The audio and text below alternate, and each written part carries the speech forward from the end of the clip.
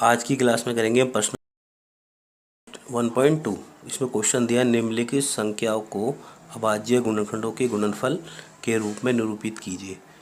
तो सबसे पहले हमें ये पता होना चाहिए कि अभाज्य गुणनखंड होते क्या। अभाज्य गुणनखंड तो ऐसे हो जाएगा कि जैसे हमें इस तरीके से दिया हो 2 × 3 × तो इस तरीके को ये होते क्या है, सबसे पहले हमें ये पता होना चाहिए। तो देखो, सबसे पहले हम बात करेंगे यहाँ अभाज्य संख्याओं की। अभाज्य संख्या क्या क्या होती है, देखो, जो एक से तथा स्वयं यानी अपने आप से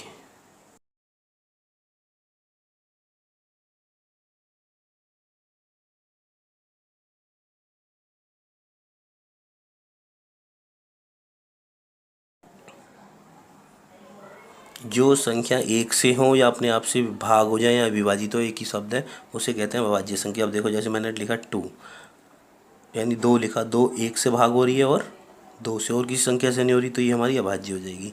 ऐसे ही मैंने 3 लिखा, तो 3 एक से भाग हो रही है और 3 से हो रही है। इसके अलावा अगर मैं लिखना चाहता हूँ, यहाँ 4 लिख दिया मैंने। अब 4 किस किस से भाग होगा, देखो, 1 से भाग हो जाएगा, फिर वो 2 से भी भाग हो जाएगा, फिर वो 4 से भी। तो किसी और संख्या से भी भाग हो रहा है तो ये नहीं होगा। या हम ये भी कह सकते हैं, जिसके 2 से ज़्यादा गुणनखंड ना हो वो एक अभाज्य संख्या होती है। तो अब हमें पता चल गया अभाज्य संख्या ये होती है। तो अब हमने यहाँ पे लिख देना है अभाज्य संख्या कौन कौन सी हुई।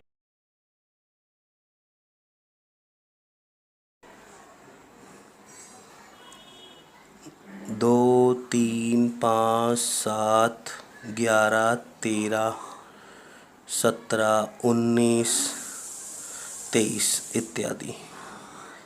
ये सब हमारी अभाज्य संख्या में आ जाएगा। तो ये चीज़ हमें पता होनी चाहिए, हमारा कॉन्सेप्ट होता है। अब हमें पता चल गया। तो अब हम जब भी इसको एलसीएम लेंगे तो हम इन्हीं संख्याओं से बस कोशिश करेंगे एलसीएम लेने की, अपना और किसी में हमें टाइम वेस्ट करने की कोई ज़रूरत नहीं है। अब देखो आगे क्या होता है इसमें।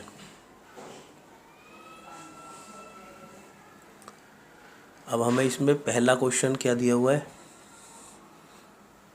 पहले क्वेश्चन का फर्स्ट पार्ट दिया हुआ है हमें 140। अब 140 को हम किससे भाग करेंगे। अब बात आती है यहाँ। तो अब हमें इसमें कुछ थोड़ी सी चीज़ हो रहा हूँ। देखो, अगर इकाई अंक पर 0 या सम संख्या हो तो वह 2 से विभाजित होगा। पहला। दूसरे में देखो, इसी तरीके से अगर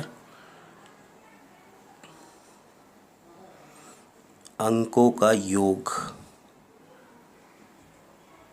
योगफल कहो या योग कहो, यदि 3 से विभाजित हो, विभाजित यानी भाग हो, तो वह 3 से विभाजित होता है।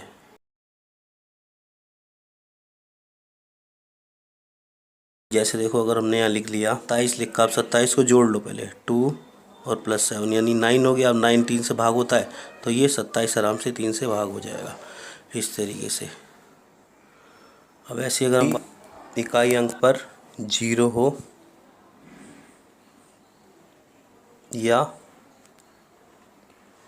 5 हो तो वह 5 से विभाजित होगी। तो इस तरीके से कुछ रूल हैं। बाकी रूल तो इनके 7 के, 11 के, 11 के, मतलब 13 के और भी हैं, मगर यहाँ अभी तक इतना ही बहुत है, क्योंकि अभी हमें यहाँ शॉर्टकट मेथड नहीं सीख रहे हम। तो अब हम आगे देखते हैं अब इसमें। अब जैसे कि हमें यहाँ पे क्या दिया था, फर्स्ट में 140 दिया हुआ है ये। अब 140 को देखो, अब हमें पता चल गया इकाई अंक पे 0 है, तो किससे भाग होगा, ये 2 से होगा और 5 से भी होगा। तो हम किससे करेंगे, इसे हमें करना पड़ेगा 2 से। अगर हम डायरेक्ट 5 से करते हैं तो गलत हो जाएगा, क्योंकि पहला जो अभाज्य गुणनखंड है हमारा वो 2 है। तो इसे इस तरीके से काट देंगे। देखो 140 है, 2 से कर दो इसे बस। अब इकाई अंक पे 5 आ गया तो 5 से भाग कर दो। अब 7 बचा, 7 तो अपने आप से ही होगा खाली, क्योंकि अभाज्य तो ये होगा इसके वेक्टर 2 गुणा 2 गुणा 5 गुणा 7। तो हमें इतना छोड़ना नहीं है, यहाँ छोड़ देंगे तो गलत हो जाता है क्वेश्चन। इससे आगे करना पड़ेगा, यानी 2 की घात 2 लिखेंगे, क्योंकि घात 1 और 1 घात 2 जुड़ जाएगी, क्योंकि इसके आधार एक जैसे हैं। बाकी जो बचा है 5 गुणा में 7 वो ऐसे आ जाएगा। तो ये हमारा हो गया इसका आंसर। दूसरे में दिया हुआ है 156। अब 156 के क्या करेंगे हम, हमें पता लास्ट में 6 आ रहा है जो कि सम संख्या है, तो उसे 2 से भाग कर दो बस।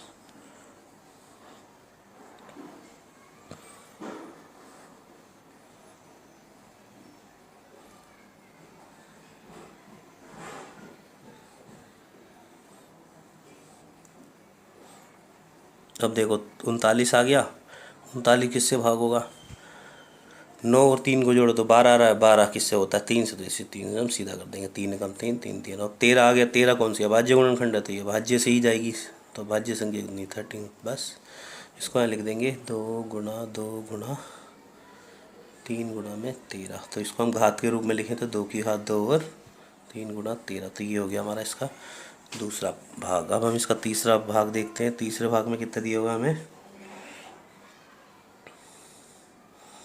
38 25। अब इसको करो। अब इसको करने के लिए देखो यहाँ लिख लेते हैं हम 38 25। अब हमें ये दिख रहा है इकाई अंक पे 5 है, तो हम 5 से भाग करने लगते हैं। थोड़ा सा वो गलत हो जाता है, पहले इसको जोड़ के देखो। 2 से तो भाग हो नहीं रहा, तो 8 और 3 11, 11 और 2 13, 13 और 5 18, यानी 18 3 से भाग होता है। इसमें हमें 3 से ही काटना होगा, तो 3 से काटेंगे पहले। तो इसका आ जाएगा, ये आ गया। अभी भी देखो ये 3 से ही भाग हो रहा है, तो 3 से भाग कर दो फिर। चौक 3 दूनी और 3 पंजे। अब आ गया ना, अब 3 से भाग नहीं हो रहा, अब सीधा हम इसे किससे करेंगे 5 से। 4 से नहीं करेंगे, क्योंकि 4 हमारा भाज्य गुणनखंड नहीं है। तो बस इसे 5 से कर दो, तो ये 8 और ये 5। फिर ये किससे जाएगा 5 से, तो ये हमने काट लिया 5 17, तो यहाँ 5 से चला जाएगा। फिर हमने इसे काटा तो आ गया 17 आ गया, और इसे अब हम इसे सीधे 17 से काट देंगे, तो ये आ गया। अब हमारे पास क्या गुणनखंड बने इसके 3 गुणा 3 गुणा 5 गुणा 5 गुणा 17। तो हम इसको लिख सकते हैं घात के रूप में 3 की घात 2 और 5 की घात 2 गुणा में 17। ये हमारा हो गया तीसरा भाग इसका। अब हम देखते हैं इसका चौथा भाग 5 0 0 5। अब देखो इसको पहले हम यहाँ गुणनखंड कर लेंगे। अब ये किससे जाएगा हमें साफ पता चल रहा है, सीधा सीधा 5 से ही जाएगा। तो अभी इसको हम देखो किससे काट सकते हैं, 2 से नहीं, 5 2 से भी नहीं कट रहा, 3 से भी नहीं, 5 से नहीं, तो हम इसे सीधा 7 से काटते हैं। 7 से काटेंगे तो 7 एकम 7, 7 चौक 28 और 7 तिया 21 ही हो गया। अब ये किससे जाएगा हमारा, देखो 11 से काटो इसे, 11 एकम 11, 11 तिया 33 और 13 एकम 13। तो ये हमारे पास आ गया 5 गुणा 7 गुणा 11 गुणा में 13। अब यहाँ कोई घात के रूप में ले सकते, क्योंकि कोई संख्या 2 से या 2 से ज़्यादा बार नहीं आ रही, तो इतना 7 4 दोनों। अब 7 4 दोनों का कार्य पहले कर दो गुणनखंड।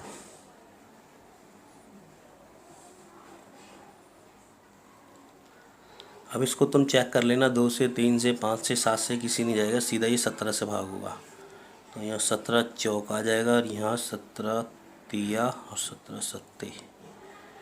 उसके बाद फिर ये 19 से भाग होगा, 19 से काट लो इसे, 19 दूनी और 19 तिया। अब ये 23 आ गया, 23 तो हमें सीधा पता है 23 से ही भाग होगा। तो इसके क्या गुणनखंड बन गए 17 19 23। तो इस तरीके से हमारा पहला जो प्रश्न है उसका पहला भाग खत्म होता है। आगे का जो भाग आएगा वो हम दूसरी वीडियो में देखेंगे।